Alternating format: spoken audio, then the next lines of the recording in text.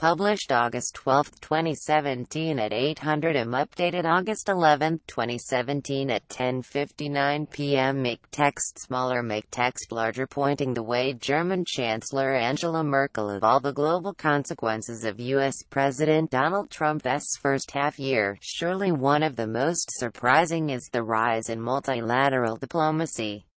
After all, this is the guy who came into office pledging to put America first. He downgraded the security guarantees of the North Atlantic Treaty Organization to a definite maybe, and only if its members ponied up more defense dollars. The Iran nuclear pact was the worst deal ever, and the Paris Accord on climate change wasn't much better.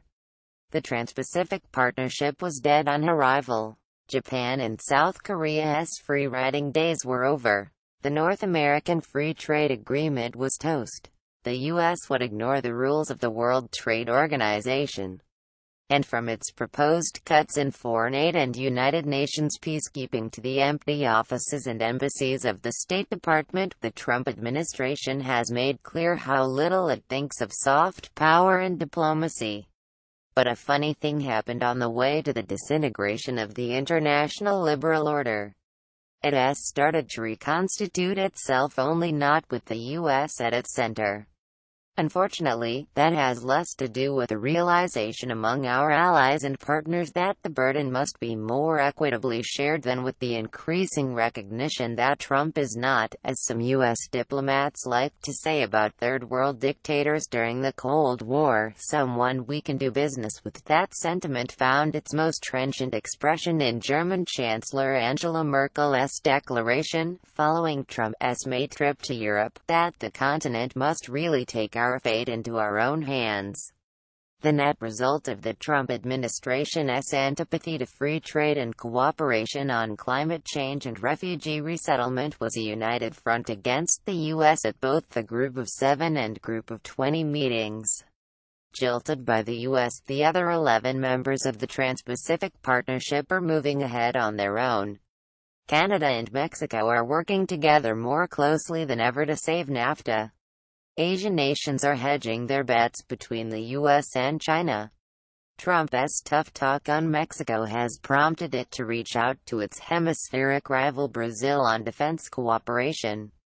Serious differences among allies are nothing new.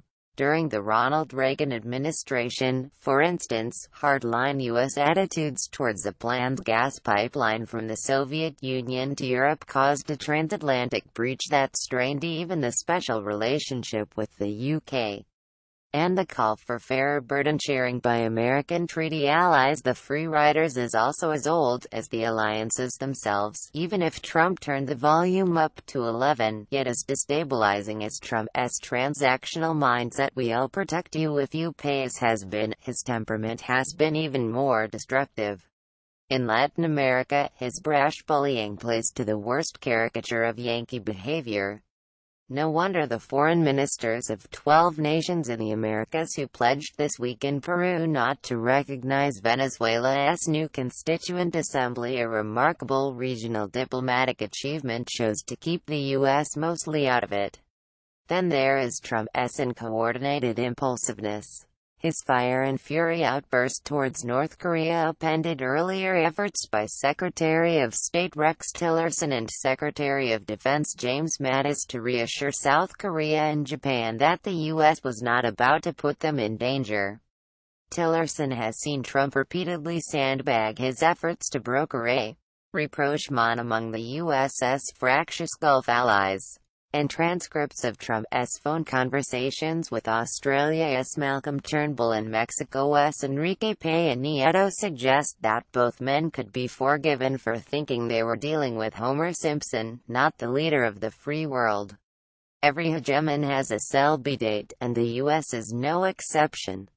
Even during the halcyon days of the 1990s, remember when the U.S. was being called a hyperpower? President Bill Clinton's administration was focused on creating institutions and a rules-based international order that it hoped would constrain China's economic and strategic rise and extend the half-life of U.S. supremacy.